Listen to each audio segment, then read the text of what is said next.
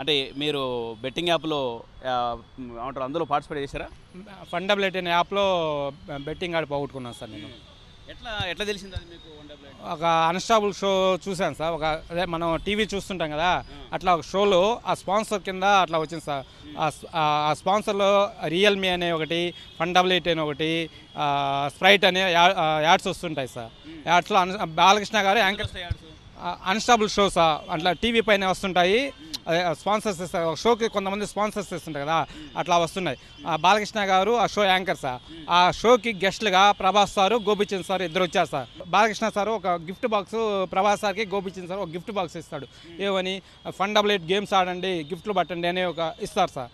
నేను కూడా అది ఫండబిలిటీ ఏంటో గిఫ్ట్లు వస్తాయి అనేది ఒక ఆలోచనతో నేను ఒక ఫ్యాన్ వేస్తాను ప్రభాస్ సార్కి అది డౌన్లోడ్ చేసుకున్నాను సార్. ఇది కామన్గా అలవాటు అయిపోయింది. ఇంకా ఈ బాగా అలవాటు అయిపోయినాక మన ఐడియా వాళ్ళకి తెలుసు కదా, ఇంకా మనల్ని మోసం చేయడం నేర్చుకున్నాం సార్. మనం ఈ నెలలో ఒక 5-6 లక్షలు పెట్టామనుకో 2 లక్షల వరకే వస్తాయి, 4 లక్షలు అప్పుడు పడిపోతున్నాం. అట్లా ఈ 2 ఇయర్స్లో 80 లక్షల వరకు కోల్పోయాను సార్. 80 లక్షలు 80 లక్షలు కోల్పోయాను సార్.